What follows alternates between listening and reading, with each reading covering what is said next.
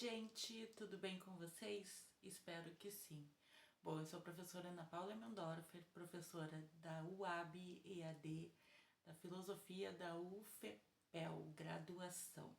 E hoje nós temos a nossa 13ª aula sobre a Márcia Tiburi, uma filósofa brasileira que vocês devem conhecer, e mais outros filósofos brasileiros, tais como Clóvis de Barros Filho, Leandro Carnal, que também é historiador, entre outros. Bom, pessoal, eu conheci a Márcia Tiburi quando eu ainda fazia faculdade na UFPEL. Eu acho que o ano era mais ou menos 2004.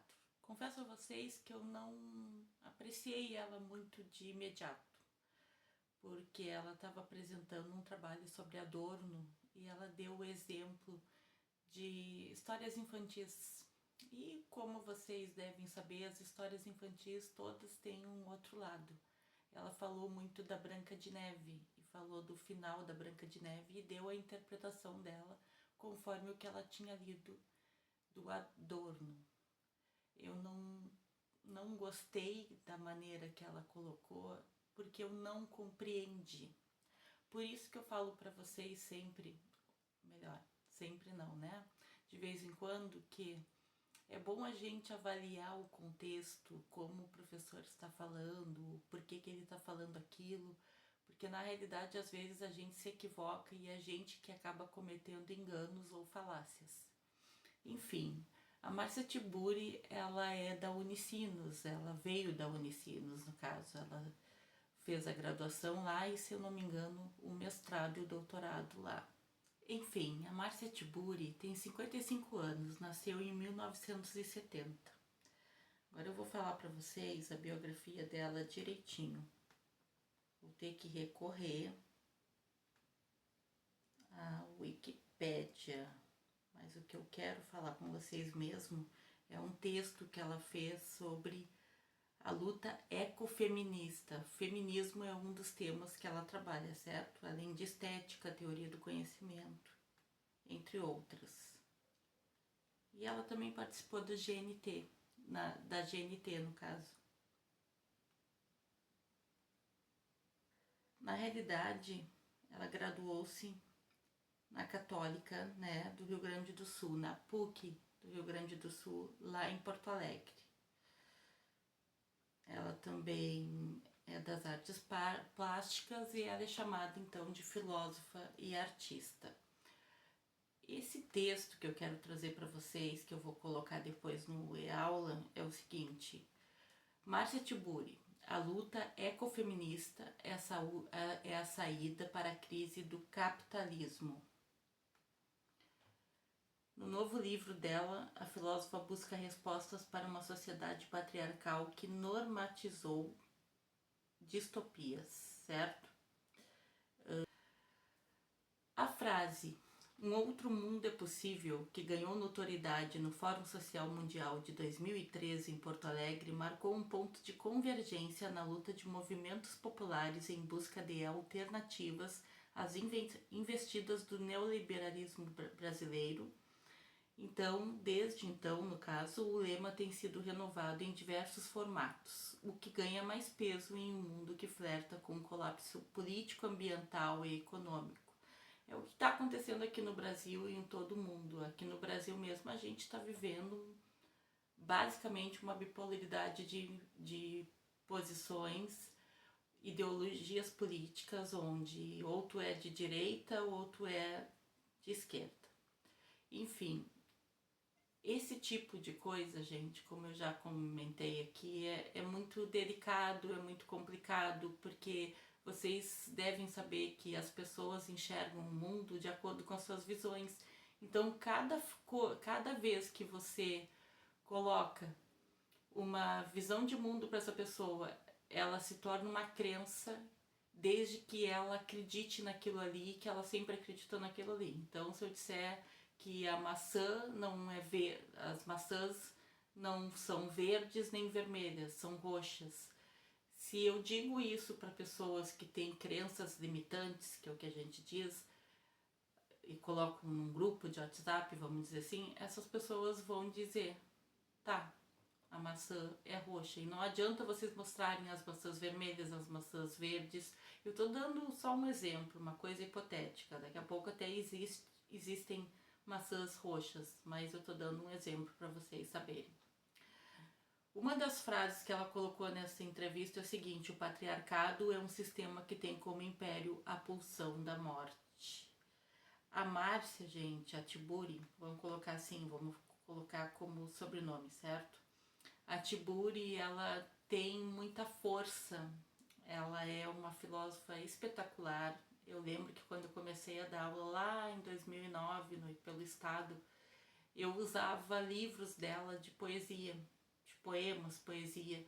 Falava para os alunos da sala de aula e deixei um livro dela na biblioteca para as pessoas, para os alunos, os docentes, né, meus colegas, pegarem para ler. E foi bem interessante a experiência.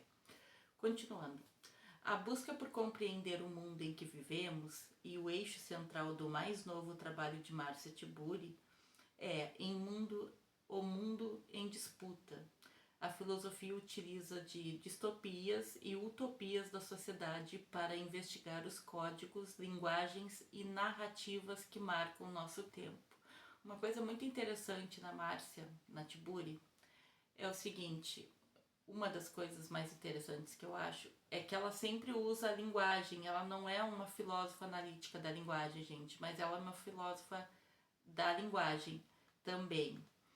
Eu acho que eu já comentei aqui com vocês que todo filósofo analítico ele é um filósofo analítico da linguagem, mas nem todo filósofo da linguagem é um filósofo analítico. Por quê? Porque a analítica vem de análise da linguagem e entra no campo da lógica. Acho que não é esse, penso melhor, que esse não é o caso da Márcia, certo? Aí o que ela coloca aqui, ó, uma questão que apareceu em meio disso tudo era entender por que o pensamento altermundista, esse pensamento da utopia, se tornou interdito. Comecei a perceber que numa certa esquerda no século XX e agora neste século XXI havia uma rejeição da utopia, como se as pessoas utopicamente fossem um erro. E eu fiquei desconfiada que tinha um problema e quis discutir isso completa. Ela é muito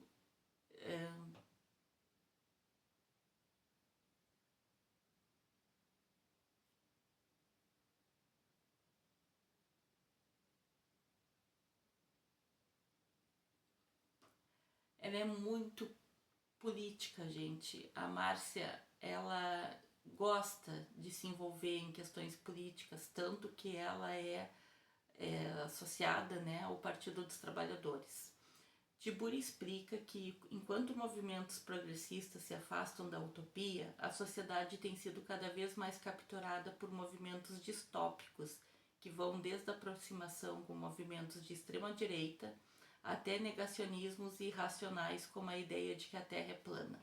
Então é isso que eu estava falando para vocês. Ela vai combater sempre aqueles pensamentos que não estão de acordo com os fatos, com a realidade, ok? Continuando aqui.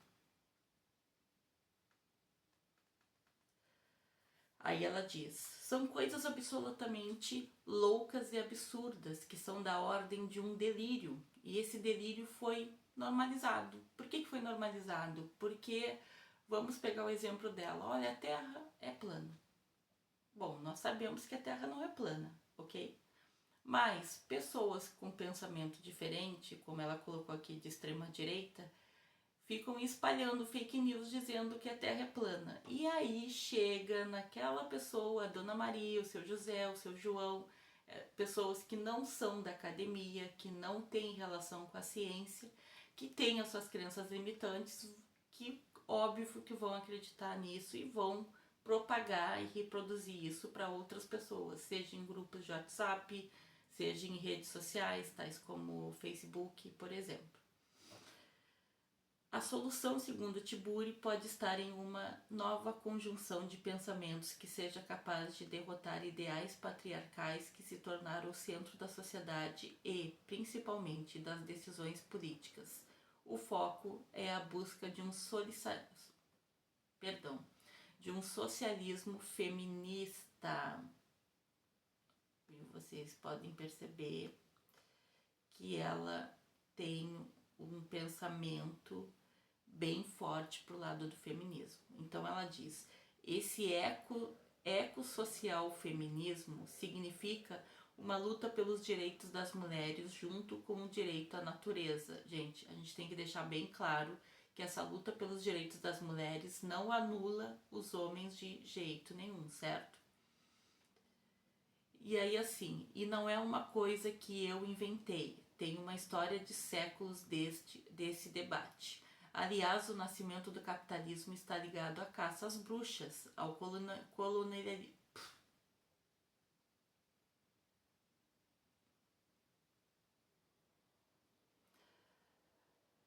Aliás, o nascimento do capitalismo está ligado à caça às bruxas, ao colonialismo.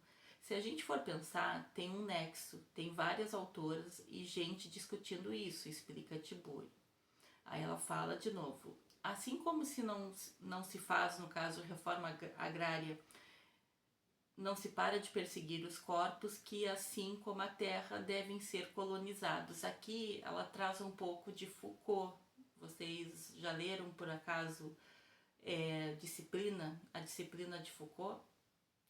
Que ele fala de corpos dóceis. É uma coisa que eu posso deixar para vocês no aula também, para entender melhor esse pensamento dela que é colocado aqui.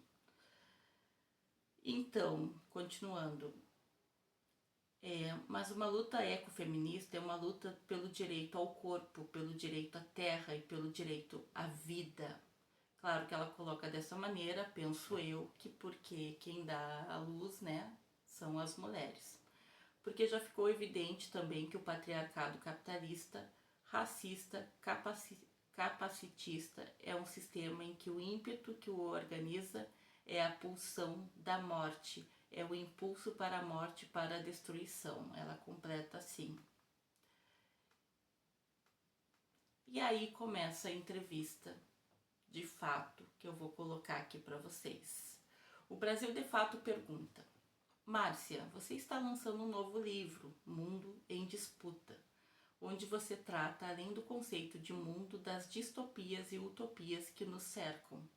É um livro extremamente atual, de um debate que você já vem travando há bastante tempo. A ideia era essa mesma? No caso, era essa mesmo?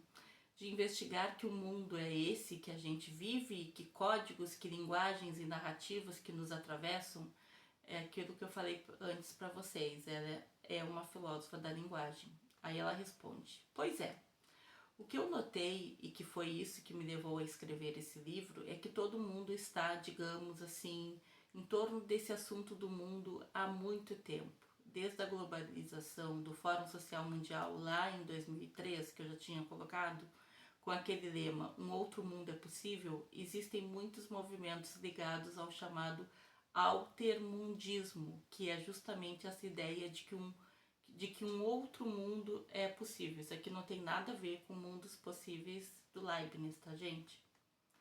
Percebi então que nos últimos tempos apareceu uma caricatura dessa discussão na ideia do terraplanismo. E aí ela critica novamente a questão do terraplanismo, ela critica quando as pessoas dizem que vacinas fazem mal e trazem outras doenças. Olha, eu vou dar um exemplo meu mesmo. Quando eu falo para as pessoas que eu tenho um tumor, que eu estou me tratando, qualquer coisa parecida desde que surgiu, uma das coisas que as pessoas me dizem é que é por causa da vacina do coronavírus. E eu fico quieta, né, gente? Ou senão eu fujo pela tangente, porque, enfim, não dá nem pra discutir esse tipo de coisa, no caso. Aí ela diz o seguinte: e eu fiquei preocupada porque, como professora de filosofia, minha questão sempre é entender como as pessoas pensam, como elas forjam os pensamentos delas, como se formam as mentalidades das massas. Eu acho que isso é uma preocupação geral de todo professor de filosofia. E uma questão que apareceu no meio disso tudo era entender por que o pensamento altermundista, no caso, essa questão de será que outro mundo é possível? por que esse pensamento da utopia se tornou interdito? Comecei a perceber que numa certa esquerda no século XX e agora neste século XXI havia uma rejeição da utopia, como se pensar utopicamente fosse um erro. Fiquei desconfiada que tinha um problema nisso e quis discutir. O livro tem um diagnóstico, analisar o tempo presente. Eu sou bem preocupada em fazer a filosofia do presente há muito tempo, isso é verdade. E depois apontar caminhos, porque eu também acho que a gente tem que fazer uma filosofia do tempo futuro. Então, não só prognóstico, é muito mais fácil a gente ser pessimista e é meio inevitável, mas ao mesmo tempo a tarefa do pensamento reflexivo, a meu ver, é propor caminhos e nesse sentido a gente tem que seguir um impulso mais otimista do que fazer. Então, o livro é sobre isso, sobre o que nós estamos vivendo, considerando nossa visão do mundo, do planeta, no sentido assim mais generalizado, mais geral que ela diz, certo? Mas também dos mundos específicos, dos mundos parciais que a gente habita, no caso dos nossos próprios núcleos, no nosso trabalho, na família, com os amigos, etc. E aí, para onde que a gente pode seguir considerando a catástrofe patriarcal capitalista, ou, como ela coloca aqui, patrirracial capacitalista, porque aí ela coloca todas aquelas questões, patriarcal, racismo, capacitista, capitalismo, que é o que eu levanto nesse livro, que é também um conceito novo. Na verdade, né, gente, o que ela faz? Ela faz uma espécie de... Ela traz um novo pensamento com todas essas questões, se tornando uma filósofa política. Se tornando não, ela já é uma filósofa política, sempre foi, além de ser uma filósofa da linguagem e além de ser uma artista.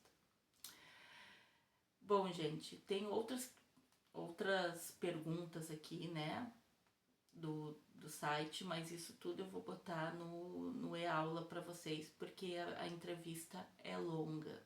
O que eu gostaria de falar para vocês agora é sobre outros filósofos brasileiros. Mas eu vou falar de um só, eu não vou falar do Leandro Carnal, embora eu já tenha assistido uma palestra dele, né? Como eu já disse para vocês, ele é historiador, ele é mais, na minha modesta opinião, ele é mais historiador do que filósofo, então talvez eu deixe ele para um outro momento falar sobre ele. Eu vou falar, na realidade, sobre o Clóvis de Barros Filho. Eu gosto muito dele, gente. E hoje ele tem um problema de visão que ele, se não está cego, ele tá assim, beirando a cegueira, o que é lastimável. Eu me lembro de uma entrevista que ele deu, que as pessoas falaram, o entrevistador, desculpa, num podcast perguntaram a ele o seguinte, o influencer, né? Professor, agora que o senhor, no caso, está perdendo a visão cada vez mais, o que lhe faz querer continuar fazendo o que o senhor faz? Ou seja, dando palestras, enfim, sendo um filósofo famoso. E ele disse que ele não precisa da visão para isso, que ele precisa apenas da boca para falar. Eu achei aquilo fascinante, eu achei que aquilo era uma virada de chave incrível e de uma resistência bárbara, assim. Então eu me identifico muito com ele, mesmo porque eu já assisti uma palestra dele lá em 2014, quando eu estava na UPF, gente. E no final, assim, tinha um monte de gente importante que eu digo, pessoas que já estavam programadas para conhecê-lo. E eu era uma professora que estava no outro curso, que pedi para entrar, porque dava aula lá, enfim. E ele, com todo o carinho que ele tinha, ele me recebeu antes dos outros, até eu fui até meio que intrometida, como às vezes eu sou, confesso para vocês. E conversei com ele um pouquinho, disse que eu era professora também, ele me chamou de colega. Foi um encontro bem feliz, assim, que eu gostaria de dizer para vocês. E outra coisa que ele me marcou bastante, que ele disse que filosofia não é nada fácil. E quando a gente lê um livro de filosofia, a gente tem que ter bem em mente isso. E a gente tem que ler várias vezes para compreender. porque, segundo ele, na concepção dele, ele não aceita não compreender algo. Então, se você lê uma vez, se você lê pela segunda vez e não entendeu, você vai ler pela terceira, pela quarta, pela quinta, e uma hora você vai entender e vai se apaixonar por filosofia. Essa parte é minha, é claro, né? Bom, gente, hoje seria isso. Eu prometi a vocês que nessa aula eu ia trazer mais um pouco de falácias, mas não vou deixar para a 14ª aula ou para a 15ª, ou deixar para algum conteúdo extra, tá bom? Então por hoje é isso. Bye!